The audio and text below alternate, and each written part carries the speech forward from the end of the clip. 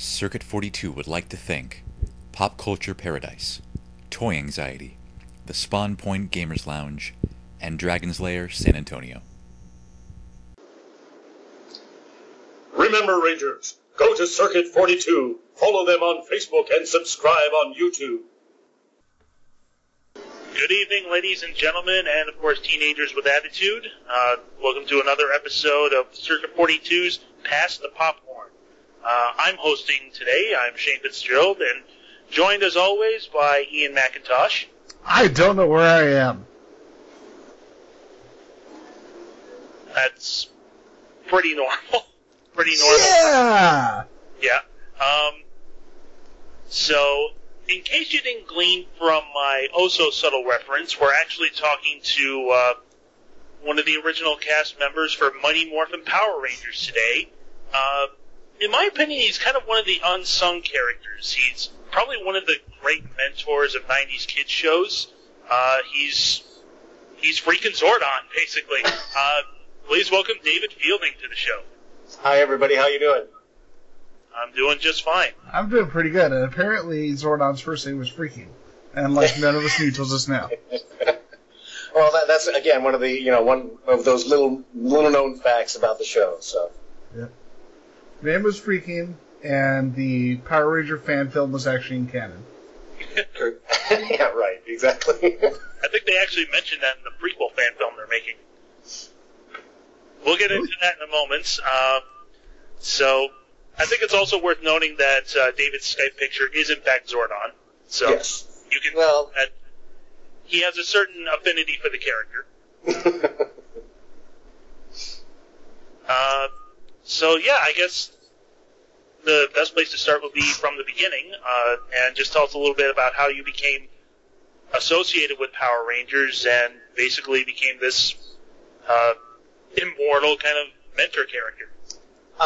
It's really sort of one of those crazy serendipitous kind of stories because I had gone to my undergraduate college in Texas at a college called Southwest Texas State University, which is now just Texas State University in the city of San Marcos, and had spent a number of years there in the theater department getting my Bachelor of Fine Arts in acting.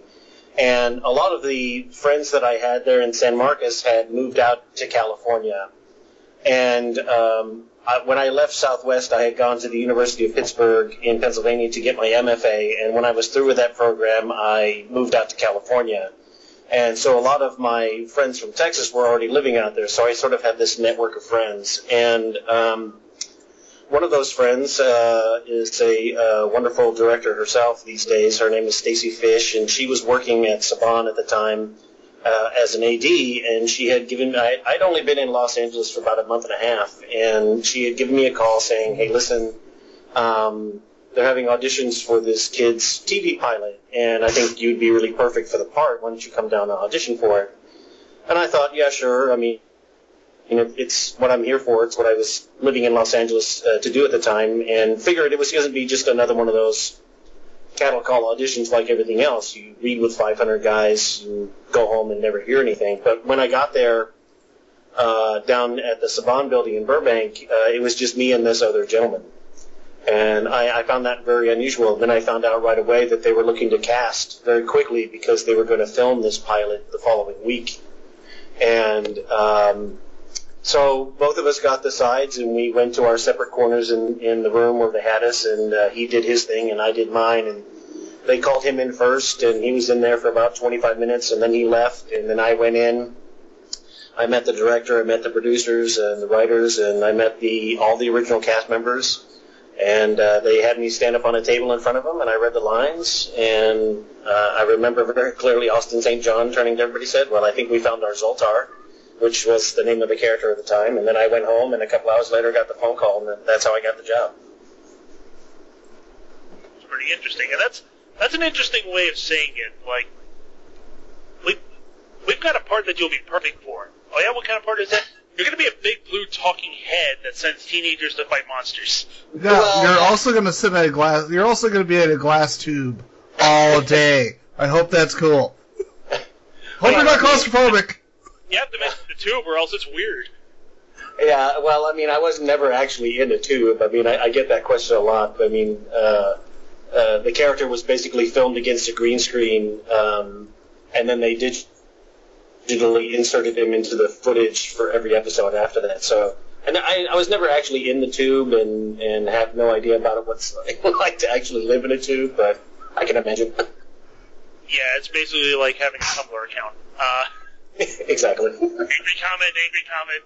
Yeah, we weren't going to assume that you were actually in the tube. That'd be a bit strange. I was.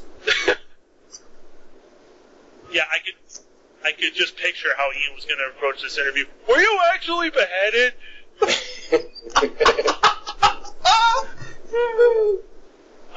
So... Was it uncomfortable when it happened?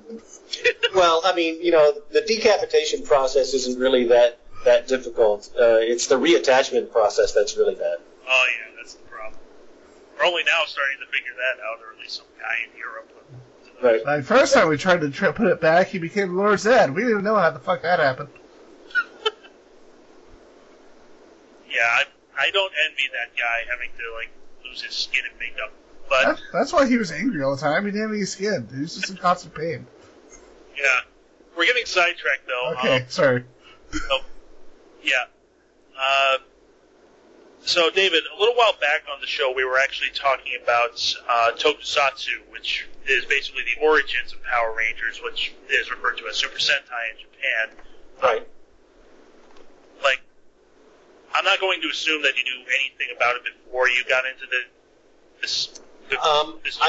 I knew a little bit about it. I mean, when I was growing up, I was a big fan of Kaiju, and I watched Ultraman and Spectreman, and so I was very excited to understand that not only was it a show about superheroes, but that it was tied in with that sort of Japanese giant monsters versus giant robots kind of stuff. I thought that was just fascinating, and I was just really happy to be a part of it. Okay, that's cool that you actually knew a little bit about it. Have you explored it any more since then? Oh, yeah. The year that after I left Los Angeles, I was interviewed by a Sentai magazine that was actually based out of, I think they were based out of San Antonio, Texas. But I found out a lot about how long that type of programming had been running in Japan, and how they, switched casts every season or so, and the different generations of Zoo Rangers and all that kind of stuff. So I had done some research. I would never call myself an expert, but I know enough that I can kind of talk about it. One of the things I always wondered about regarding a show like this is that everybody knows, in the first couple of years, there was a lot of use of stock footage, and later on it there came to a point where they started to run out of stock footage and started actually commissioning original footage. The thing I always wondered was that by using the stock footage for most of the fights, most of the battles, did that reduce the amount of recording time as it would for an average TV show, or was it about the same length? I think it reduced it because if I remember correctly, at least for the first season, they had to use 11 minutes of Japanese footage for every show, and it was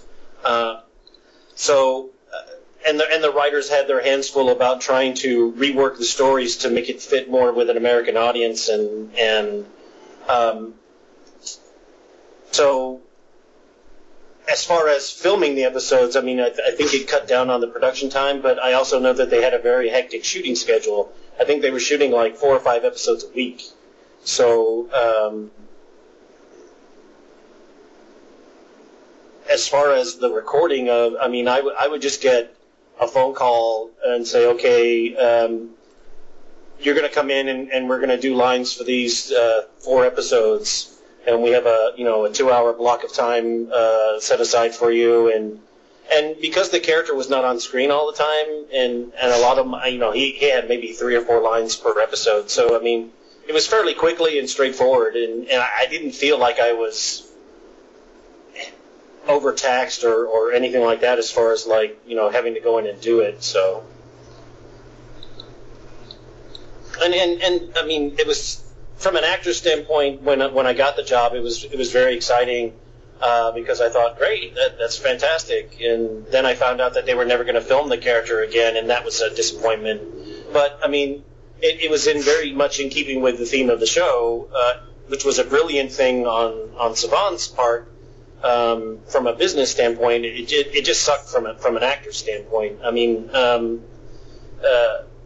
throughout the life of the character, they used that one day's footage over and over for I don't know how many episodes, and you know, from a production standpoint, it saved them a lot of money, and you know, it's still being used today. So.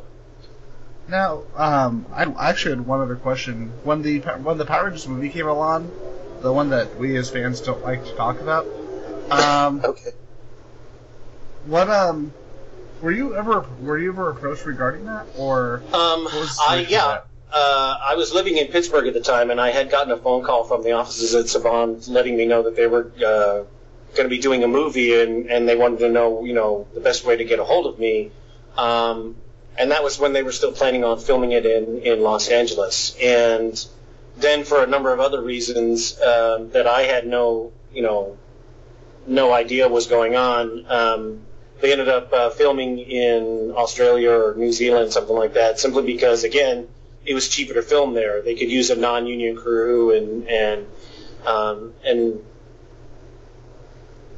just do it cheaper. And but yeah, you know, it's very interesting because you look at the movie and it looks nothing like the character from the TV show, and then after the movie you go back to the TV show and it's the same character, and it's like, wow, you know. So from a continuity standpoint, it's really kind of weird, but you know, what can you do? Do you have any like favorite moments from the show, or moments that stand out in your mind? Maybe like monsters or anything like that? Well, I mean, this sounds really kind of cheap and cheesy, but I really enjoy the first episode because that's the first time that Zordon calls them the Power Rangers. He gives them all their powers and creates this team of superheroes. I mean, I have favorite moments from being in the booth with a number of the other voice actors that were just sort of fun behind the scenes kind of stuff, but when you work on a show like this, some of the dialogue and the scenes, they kind of bleed one into the other, but I remember very clearly being very sort of excited about sort of playing this Professor X type character who was able to create this team of superheroes and stuff. So for me, it's always the first episode when you first get to see them, first get to meet them.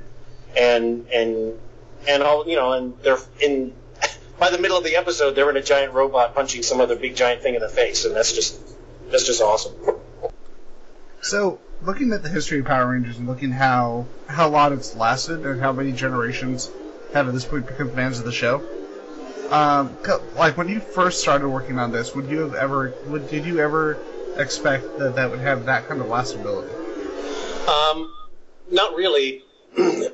Because I was so, I had very little input, or as far as like the show was going on. I had a really good relationship with Tony Oliver, who was the head writer, and had I stayed out there, I might have ended up either writing for the show or doing other things.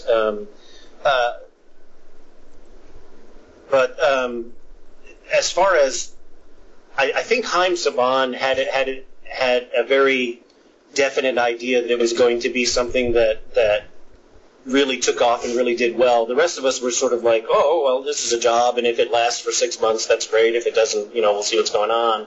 I don't think anybody realized that it was going to last 20 plus years.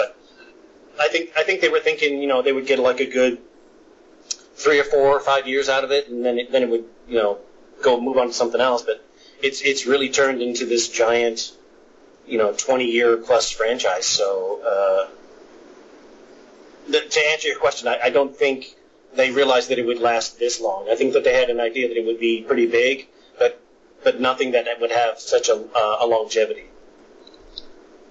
Exactly. Shane? Yeah, you just messaged me about my mic. Oh, Never mind, you're coming in fine. I messaged you that privately, so you wouldn't bring it up on here. Okay. Okay. Yeah, I just wanted to do a check because that's something that's been coming up in the last few that I've been coming in pretty quiet. So I just wanted to make sure it's good. Not a problem. You're good now. So if you want to just count us back in, we'll continue. Okay. 5, 4, 3. Okay, we're actually gonna take a little break from talking about Power Rangers. We're definitely going to circle back to it because there's been quite a few developments recently in regards to it. But I actually want to take a minute and talk about the book that you just released, Vigilance. Oh, thank you. Vigilance is something that I've been working on since about 2007, 2008. It's a sort of a dark twist on superheroes and my idea about what would actually happen if superheroes actually existed. And I've had a great love of superheroes all my life. I grew up in the 60s and 70s reading DC and Marvel, and so they've always been this sort of influence for me throughout my teen years and my adult years. And Vigilance was really sort of a real test for me to see if I could actually write a book, finish it, and sort of convince myself that I was pretty good at doing that sort of thing. And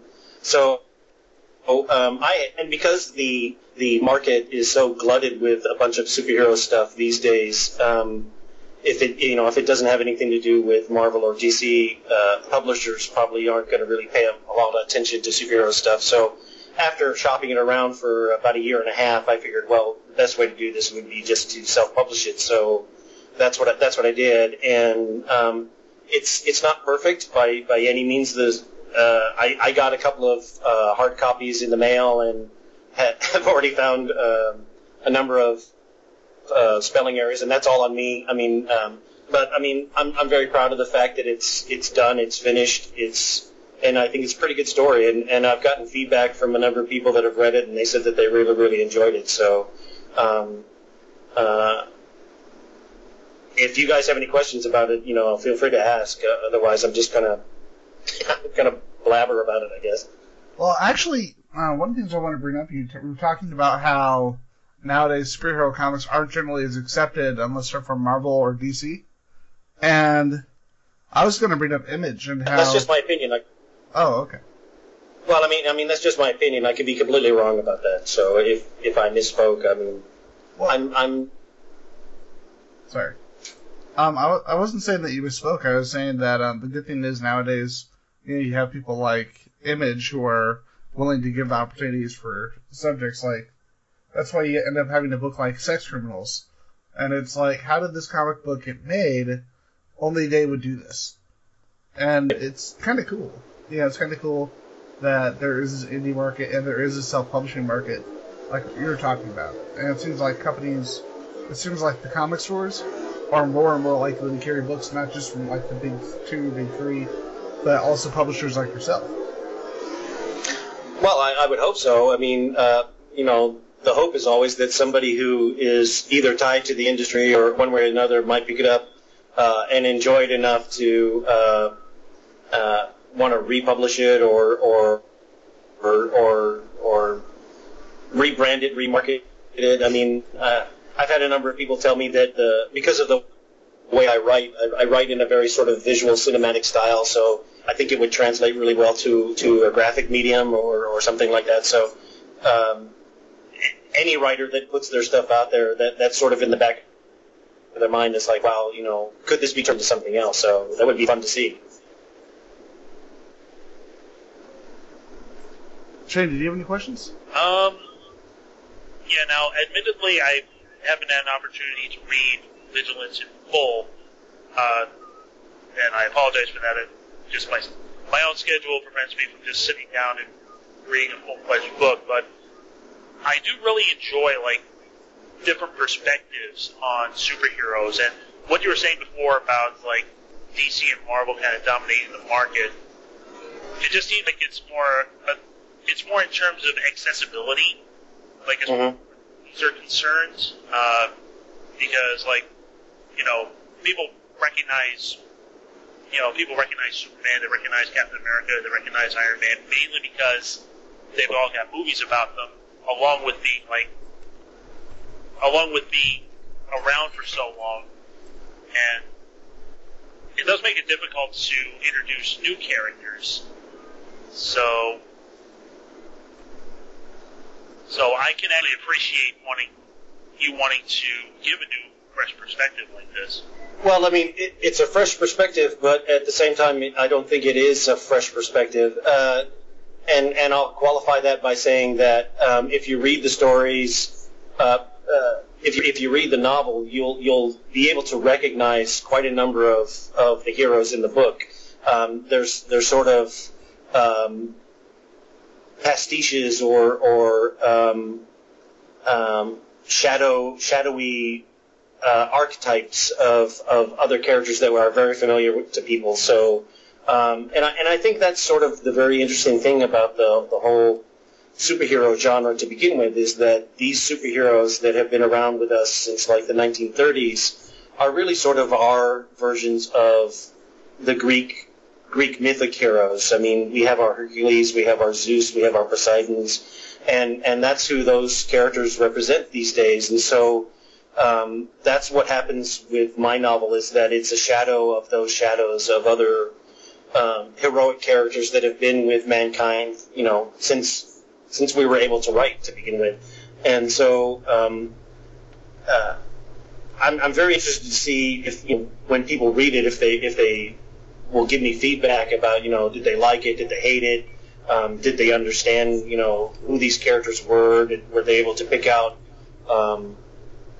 who they were or who they were based on, and that sort of thing. So as far as it being completely original, I can't say that it is. I mean, it's very much an homage to a number of the heroes that I read growing up, and it's just sort of my way of saying thanks, because you've inspired me to be this, to go through this creative process and to create this thing.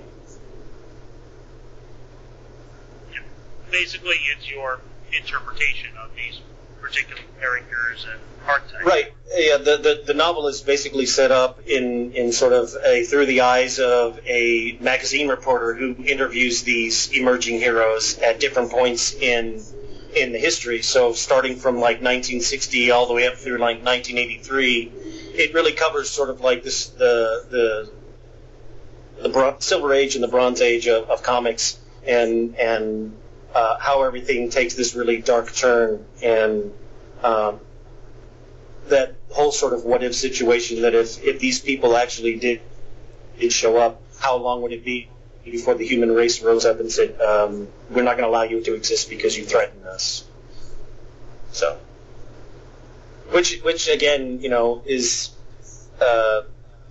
it's an interesting theme, but it's not original. I mean, they've explored that in the X-Men comics for years. Yeah, it's certainly something that's been explored before. Like you said, the X-Men. Also, it was a very heavy point in Watchmen as well. Right. It's always been a point that I considered very interesting about superheroes, in terms of, well, they're here to protect us, but do they consider themselves superior to us?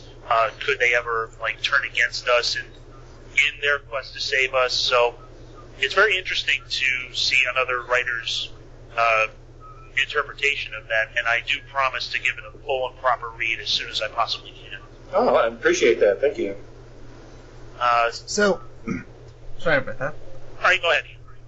I was wondering if after now that this book's been published, what else are you looking at writing in the future as for story ideas? Well, back in October, I had my paranormal short story, Buddy Holly in the Cold, Cold Ground, was published by Cool Beans. Unfortunately, that company folded, so the rights for that story have reverted back to me. I am about 75,000 words into full-length novel, including that character. That Buddy Holly in the Cold Ground is about a character who interacts with the paranormal plane. He can see what he calls glimmers, which are basically what we would call ghosts, or the residue of somebody who has passed on, and he tries to connect a glimmer with the person that it has a message for. And so he sort of is this, he's not really a John Constantine type character, because John Constantine deals with demons in hell, but he is that sort of loner type that deals with paranormal events, and so I have that in the works. Hopefully I'll be having that done and completed by the end of the year. I've got a number of short stories that are coming out in different anthologies later this year. One is called A Different Kind of Dark, which is included in an anthology that's all about dragons. Every story in the anthology deals with dragons. I have a short story for Pro-C Press that's coming out in their Right to the Cover, which is about it has giant robots in it, and a couple of other things that are coming along. So just plugging away, trying to keep doing it. All right. So one of the big things I noticed right away during this, when you started talking about your work as a writer, this is just an assumption on my part, I could be wrong, but you're obviously a really big comic book fan, which makes you a perfect fit for this podcast. Yes, it does. So I was wondering, what are some of the big comics that you grew up on, or possibly still reading now, that you just, what are just some of your favorite titles? My father was in the Air Force and my mother was English. So after I was born and my brother and sister were born, we moved back to England, and that's where I actually started school. So I learned to read at a very early age, and my mother was very good about sitting down with me and opening up these magazines, and so I remember early on reading a lot of comic books that dealt with, the big two that we've already mentioned. I mean, I read a lot of Superman, I read a lot of Batman, I read a lot of the Avengers, Captain America. And also because I was living in England at the time, I was reading a lot of British comics. So Joe 90, Thunderbirds, and Doctor Who. Also at the time, I have this one very distinct memory of going downtown to go see Santa Claus. And in order to go see Santa Claus, we had to get into the TARDIS, and they turned all the lights on and made all the noise, and you were actually whisked away to the North Pole through the TARDIS to go see Santa Claus. And so I've always been in deep with that sort of comic book science fiction type of environment. But for me, the big ones growing up were always the Avengers, and the big three for me, the big three characters for me that I always identified with were number one, Captain America, number two, the Vision, and number three was the Black Panther. And even today, those are the characters that I'm fascinated with, and am so excited that there's going to be a Black Panther movie. I can't even wait. Now, I'm smiling so big right now at the idea of Zordon in the TARDIS. That's just... The imagery is beautiful, and you're both lovely shades of blue, so that works. That's right. Yep. Now, well, and this past February, when I was in Pensacola, I got to sit next to Colin Baker during the convention, so I got my Doctor Who fix right there. Nice. Very underappreciated Doctor. He just got the short end of the stick as far as the writing and producing is concerned. Yeah. But enough about that. You actually mentioned that one of your favorites comic book characters is the Vision. Yeah. Now that, of course, has me wanting to ask if you've seen Avengers: Age of Ultron, and if you have, what was your opinion of Paul Bettany as the Vision? Well, I've seen Age of Ultron 3 times. Oh, you're good to go. I was very excited that they had Ulysses Claw in it, which of course is a Black Panther connection. And I thought Paul Bettany as the Vision was just spot on.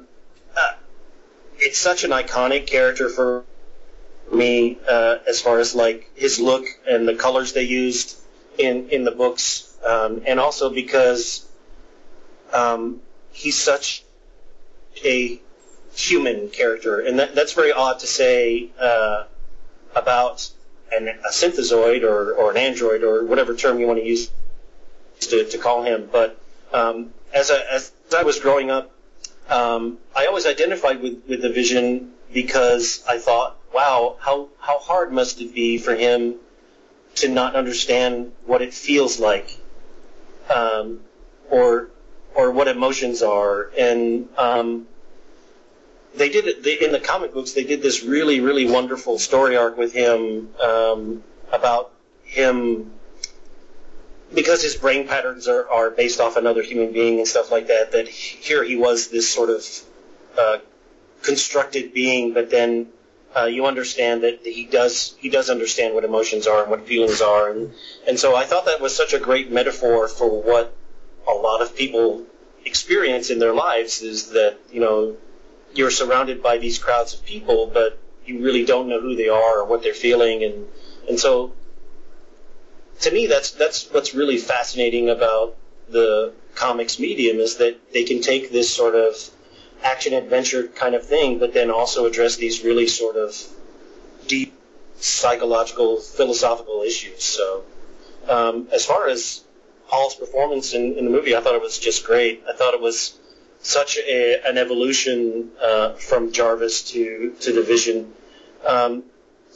The hardcore comic book fan of me, you know, was kind of upset that they didn't have Hank Pym be the creator, but from a writer's standpoint, I understood the changes that they made. I was hoping he would have a little bit more red to him and a little less maroon, but I mean that's just a visual thing. My favorite moment from the film is when he's looking at Thor and then grows the cape because he thinks the cape looks cool. I thought that was such a powerful and childlike moment at the same time. And plus the fact, you know, at the end where he gets to make the joke, "Well, I was born yesterday," which, you know, it's just a very, it's so well written. Josh Whedon is really good as far as like dialogue and that sort of thing. So I was very happy with it. Yeah, I enjoyed it as well. Vision was easily, like, I was concerned at first because I thought he looked maybe a little bit too human in his face, like they want people to know Paul Bettany is this character, but as soon as I saw him in the movie, I just instantly, any doubts or issues that I had with anything about the character just melted away, especially when he had moments where they're planning their strategy against Ultron, and Stark says, "He'll focus on me, he'll come after me," and Vision just walks by and is like, "It's true, he hates you the most." Yeah. It's adorable how he has no idea how awesome he is. Right. Well, I've been very lucky in the fact that when I saw the original Avengers movie, I saw it in a full theater with quite a number of people who were dressed in costume. And when we saw Age of Ultron, it was the same kind of thing. I was in an audience full of people that were there to really see it, and had a number of cosplayers and people in costume there. And I highly recommend going see a film like that in that kind of environment, because it just really enhanced the whole experience. And when they're having the discussion with him and he hands Thor the hammer, that moment it was almost the same sort of explosive audience exclamation of yes. It was the same kind of moment that we felt when we saw the first Avengers movie, when the Hulk slammed Loki into the ground 5 or 6 times, the audience has this collective sort of, oh man, that is so awesome, and it was really great to be a part of that. One of the things I wanted to touch on, nowadays there's so much crossover between American and British comic writers, and back in the day that did not exist. I mean, you'd have people like Alan Moore, but for the most part, you really didn't have that kind of crossover at all. And a lot of people growing up reading comic books now don't realize how vastly different British comics and American comics were in tone and the way they told stories.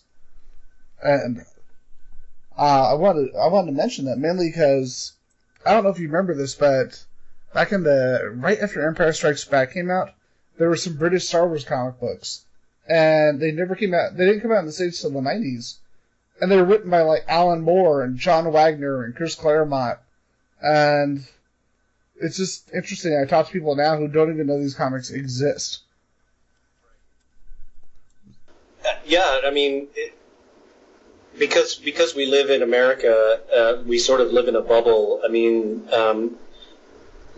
the comics that you read in England and the comics that you might read in Paris or France or Spain or any of the kind of thing, they really don't make it over here. I mean, I remember being, intrigued by other characters that were sort of comic book or science fiction heroes that were never mainstream in America, like Diabolik and oh gosh, I'm just trying to think of some other European characters. Dan Dare. What was that? Dan Dare. Oh yeah, Dan Dare, and or even I felt very lucky that here in the United States we got to watch British shows like UFO or Space 1999, but that was really sort of it. I mean, we didn't get Joe 90 or the Thunderbirds over here that very much, and so yeah, I mean because the British and the European writers have a different perspective about things, and they have a closer tie to a lot of I don't know. I think Eddie Izzard says it's the best. I mean, he talks about being from, he goes, I'm from Europe, that's where the history's from, and he's really sort of correct. I mean, but I mean, you look at Alan Moore's work and Neil Gaiman and writers like that, and they just have this sort of, I don't know how to put it, sort of mature is not the right word. It's just sort of I don't know, experienced, maybe? I think in many ways, the comic book code never really happened over in Europe. And right. I think because of that, you didn't have comic creators who ever felt like they had to make it for kids. So right. Even stuff that was relatively family friendly, like Asterix and Obelix in France, there was humor in there that you would never have in an American comic book at all. And I remember very clearly being, 5 or 6 years old and seeing a bunch of what here in the United States would be termed as something that needed to be censored because it was much more of an adult-themed kind of stuff, or the horror comics that you would get over there, they didn't skimp on some things or whatever. So I think they're much more, I think mature is a good word for it. I think they're much more sort of well, this is the way it is, and sort of taking it and not glossing it over, and sort of saying, you're a child, but you need to be aware of what's going on. Exactly. Shane, did you have any other questions? Yeah, like I said, we're going to circle back to Power Rangers now because there's been a lot of interesting developments, especially in regards to the original Mighty Morphin Power Rangers, where they're working on doing a reboot of the original series, and they're talking about giving the Green Ranger his own movie, and especially fan films. There have been a number of fan films that have come out revolving around the Mighty Morphin Power Rangers. One that gotten a lot of notice, especially from... Are we going to talk about my fan film? I mean, it wasn't very well made. I made it in my backyard, and I had a cardboard helmet. Unless you are, in fact, Adi Shankar, no. I don't think I'm Indian. No. I don't have crow makeup. Yeah, we're going to talk about Adi Shankar's decidedly darker interpretation of the Power Rangers because, like I said, everybody, including the original actors, have had something to say about it. Sure. Yeah. So... What did I think? Yeah, sorry, what did you think of it? Well, I was fortunate enough to be able to see both versions of it before it got pulled and then re-uploaded or whatever.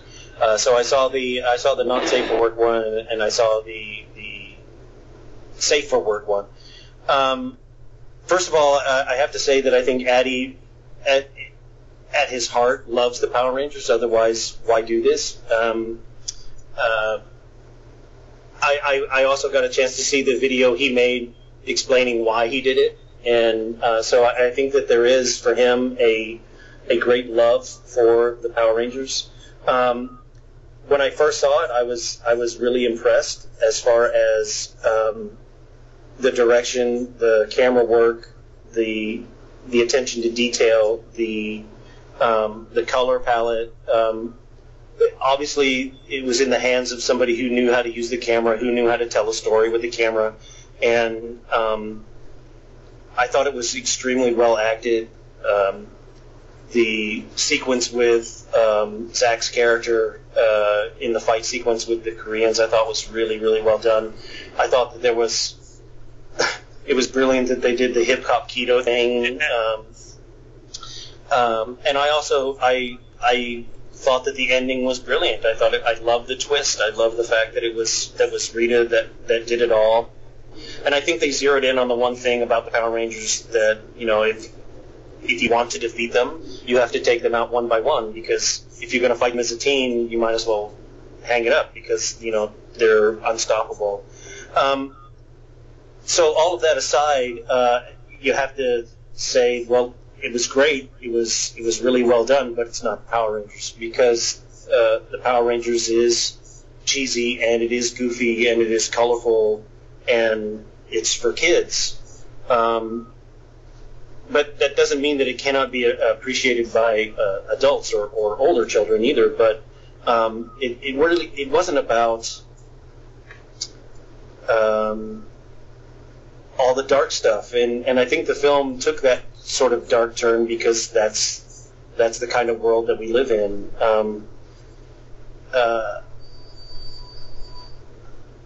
I thought it was very interesting in Addy's explanation of it that he talks about these children being recruited as child soldiers in a war that they had nothing to do with, and sort of kind of wagged his finger at Zordon for that. But then at the same time, Zordon's not in that little fan film at all, or if he is, I haven't found out where he's actually at. I mean, maybe they thought it was just too silly to do a disembodied head kind of thing, or they felt that College Humor had already done that with the Zordon as a racist kind of thing. You're going to bring up Zordon as a racist? Well, I watched that and I thought that was hilarious. I thought it was it was just the right amount of obscuring the character, and I thought that was fine. So yeah, if you talk to Addy, tell him I said hi and said, hey, what about Ms. Zordon? Put me in your next one. But no, as far as the production values and Joseph Hahn is such a competent director. I mean, I thought they did a really, really nice job with it. So, but at the end of the day, it's not Power Rangers. Yeah, I have to agree on that. My interpretation of it was, it seems like filmmakers who want to make a superhero movie, especially with DC, with Man of Steel and Batman vs Superman, which I might be judging too harshly since it hasn't come out yet. Is it almost seems like they try to take the easy way of making these movies for a new audience by basically making them more dark and gritty and considering them to be more relatable versions of the characters. And it almost felt like that's what Adi Shankar was. It almost felt like he was trying to satirize that, basically, not necessarily it, but just kind of take this funny spin on it by taking characters that are obviously meant to be like very kid friendly and, you know, not intended for a more mature audience, and make it for a more mature audience in this very off-putting way. Right, and I think Adi talks about that in his video. Is like, you know, if you're going to reboot something, and I think sort of making fun of the fact that everything is dark and gritty, and that it's sort of reaching that sort of pinnacle of like, if everything is so dark and gritty and so gloomy and scary, naturally you would take this something from your childhood that was something fun and bright and colorful, and then all of a sudden it would be this dark and bloody and awful thing. The movie Tomorrowland talks a lot about that, and I really like the idea or the premise that movie puts out, and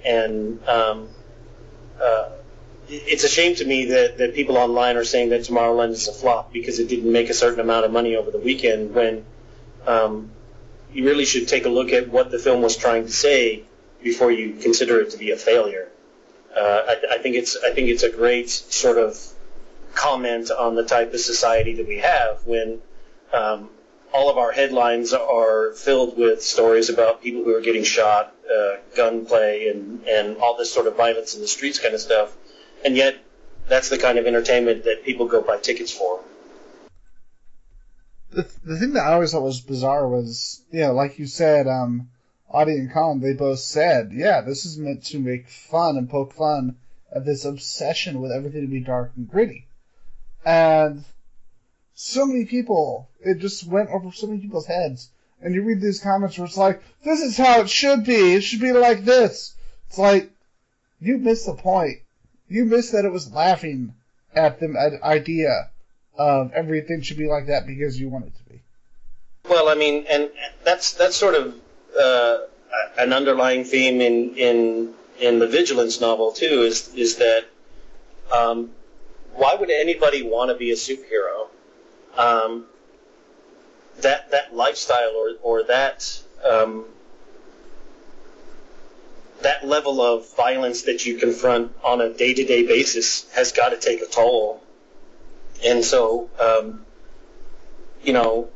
it's always interesting to me that, we look at these characters and this sort of genre as something to aspire to, and yet at the same time it would be like, oh man, that would be like, who would actually be able to live that way? I don't know. Well, I'm going to be perfectly honest here. I feel I can chime in a little bit because I'm actually a member of the Canadian Armed Forces, and I've had people ask me on a semi-regular basis, why would I choose to be in that kind of career and live that kind of life? I mean, it's thankless, it's dangerous, and I basically tell them, like, these are legitimate reasons that I love my country and I want to do everything I can for it. I feel like it's filled a desire for me to be part of something greater than myself, and it does offer me opportunities to become better than I am, and it has. Sure. And what's funny about that is they kind of look at me like I'm reading that off of a damn cue card. Right. Well, I guess the point I was trying to make was that I completely support you. I agree with that. I mean, I joined the armed forces here in the United States myself. I mean, so I do think that there is for everybody this sense of duty that we have, and a lot of us would choose to stand up if we were called. But I guess what I was getting at is, like, can you do that day in and day out, year after year? Because you yourself as a member of the armed forces, you get to spend some time away from it. You're not in it 24/7, and so I guess that's sort of the question is, how can Captain America, take down one Hydra cadre of soldiers on a Tuesday and then have to go do it again on a Wednesday and then go to do it on a Thursday without suffering some sort of mental or emotional breakdown. Right, Does that make like Captain America, for all his greatness, he is not his shield. He is not costume. There's a man under that can be broken, can be broken down, and in several cases has been broken down and basically said, "Why am I doing this?" Right, and I think that's a reason why these characters continue to last and we continue to tell stories about them, is because we find it fascinating that, what does it take to actually stand up and say, you're not going to do this. I think it's very inspirational, but for a lot of people, it's just, it can be quite scary, too. I can certainly agree with that. One more fan film that I want to talk about, because this is something you've actually been advertising over social media. Zordon is getting a fan film, Yeah. which is very interesting. It's basically a prequel to, everything to do with Power Rangers that's focusing on Zordon and his home planet of Eltar, Mm-hmm. which Yeah. is fascinating to me. Yeah, Cisco Davis and his crew have done what I think is, for a group of people that don't have a budget, that don't have a lot of experience, have put together something that I think is very ambitious and visually very, very well done. And they're very passionate about it, and I think that's the greatest thing about it, is that you have these people who have been inspired to create something that they wanted to see and have devoted their artistic and other abilities into bringing it to fruition. So when they contacted me about being able to help them, I was like, yes, of course. What do you need me to do? And they were far enough along in their production schedule that the Zordon character had already been voiced and all that kind of stuff, but they did have me voice one of the villains in the piece, which was very cool. But I'm very excited to see when it comes out. I think it's going to come out in the next month or so, and it looks like it's going to be a very nice, really well thought out. What if this is what if Zordon's origin and how he got to battle Rita for the first time, and how did he actually get into the tube or the time warp or whatever. So I'm looking forward to seeing what the final product's all about. Yeah, the whole thing with Zordon kind of has a Charles Xavier and X-Men First Class kind of vibe. That by the end of it, the tube is basically going to be like Xavier's wheelchair. Exactly. So back to the parallel with Professor X. Yeah. So I'm very eager to see that, see how that turns out. Me too. Yes. Okay, so I think we're going to bring it to a close there. Thank you very much, David, for your time. Is there anything you'd like to plug or talk about before we finish up? Not really. Just I'm happy to that you guys asked me to do the interview. I'm always happy to talk to guys like this. So we've already talked about all the stuff that's going on with me. So yeah, I'm good. Okay, well, it was very wonderful talking about the greatness that is you. So we're going to bring this episode of Pass the Popcorn to a close. I've been your host, Shane Fitzgerald, of course, joined by Ian McIntosh. Yeah, I exist! And thank you once again to our wonderful guest, David Fielding. Thank you very much. A.k.a. Freaking Zordon. Okay, so thank you very much for listening. Be sure to like this video, leave a comment, and subscribe to our YouTube channel. Look us up on Facebook, and we will see you all next time. Rangers, you're listening to Circuit 42, and may the power protect you.